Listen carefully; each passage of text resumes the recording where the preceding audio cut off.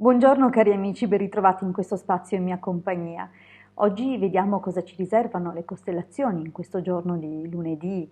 23 marzo 2020 e quali sono appunto gli influssi di questa giornata. Prima però di approfondire l'argomento vi invito, se ancora non lo avete fatto, ad iscrivervi al mio canale YouTube, se ancora non l'avete fatto, ad iscrivervi al canale YouTube del Marietto Veneziano. Grazie per la vostra partecipazione e il vostro sostegno. Questo giorno di lunedì governato dalla Luna è un giorno dedicato alla casa, agli ambienti familiari, alla famiglia e tutto quello che è connesso alla famiglia, dunque anche eventualmente se abbiamo un lavoro in società con la nostra famiglia, con i membri della nostra famiglia, insomma avremo sicuramente motivo di vederlo come protagonista della giornata. Non è soltanto ovviamente tutto riconducibile a questo, ovviamente gli influssi lunari agiscono su molte cose, tanto per cominciare agiscono sul piano emotivo e dal punto di vista appunto delle emozioni, della nostra percezione della realtà, che a volte potrebbe apparirci distorta, non sempre è esattamente per come la percepiamo in un giorno come questo, perché gli influssi lunari possono essere anche di natura illusoria. E, attenzione perché ovviamente essendo una giornata comunque appartenente al dominio mensile Ariete, potrebbe questo genere di influenze associate appunto all'associazione, l'asse che si forma fra Cancro e Ariete, potrebbe indurci ad agire impulsivamente dietro qualche illusione o comunque qualche percezione distorta o non necessariamente sovrapponibile alla realtà. Dunque è una giornata che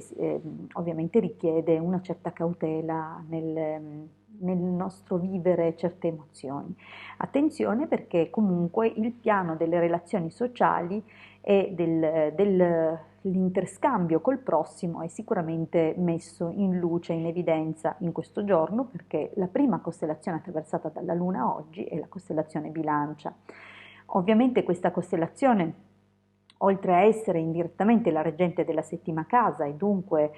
parlare appunto dei rapporti interpersonali, delle relazioni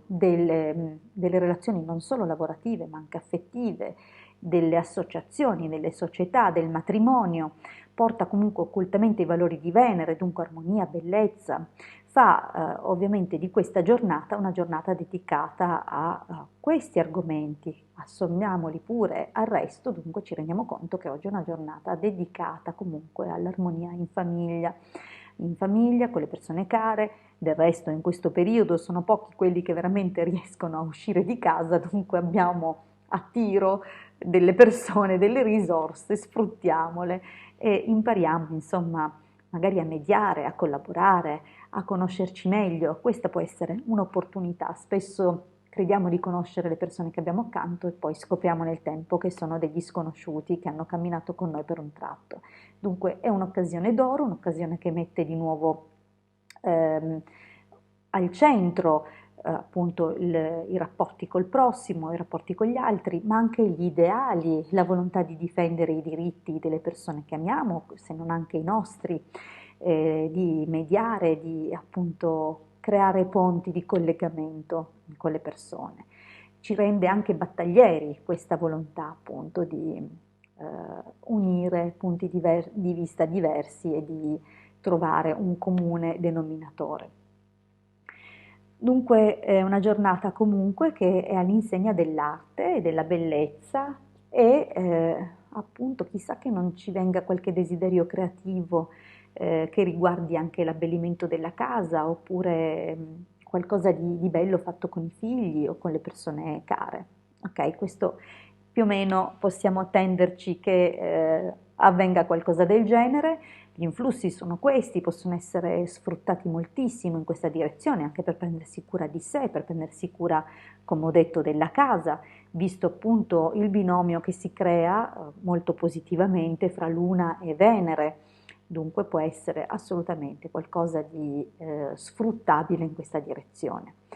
Bene, è chiaro che poi ciascuno di noi risponderà agli influssi di questa giornata in misura diversa e ovviamente attribuibile agli influssi personali che abbiamo al momento della nascita e nei quali ci veniamo a trovare, perché ciclicamente anche noi ovviamente attraversiamo delle fasi differenti, o vale a dire che rispetto alle costellazioni che la Luna attraversa nel giorno della nostra nascita, anno dopo anno noi ci andiamo a spostare su costellazioni diverse e abbiamo ovviamente influssi diversi. Questo appunto determina il modo in cui percepiamo le situazioni e il modo in cui interagiamo agli influssi della giornata o comunque gli influssi del periodo, proprio perché vengono interessate delle costellazioni differenti per ciascuno di noi.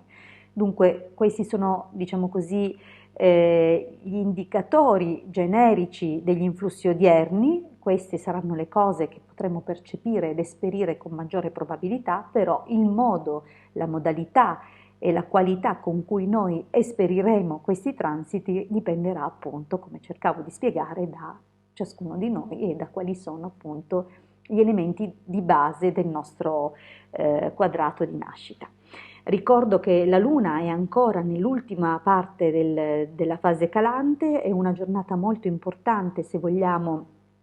abbandonare delle qualità che magari non sono delle qualità, ma sono delle caratteristiche che possono averci dato qualche problema. È un ottimo periodo per fare anche disintossicazione, oggi più che mai, visto il periodo in cui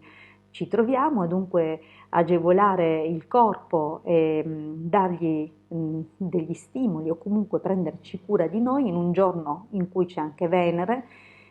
sicuramente può essere produttivo e utile. Bene, io vi ringrazio per avermi ascoltato fino qui, vi invito, se ancora non l'avete fatto, nuovamente lo faccio questo invito, ad iscrivervi al mio canale YouTube e ad iscrivervi al canale YouTube del Marietto Veneziano. Noi ci troviamo qui con le previsioni del 24 marzo 2020, domani sempre alla stessa ora su questo canale. Grazie per la vostra attenzione e vi auguro una bellissima giornata. A presto dalla vostra Hilde.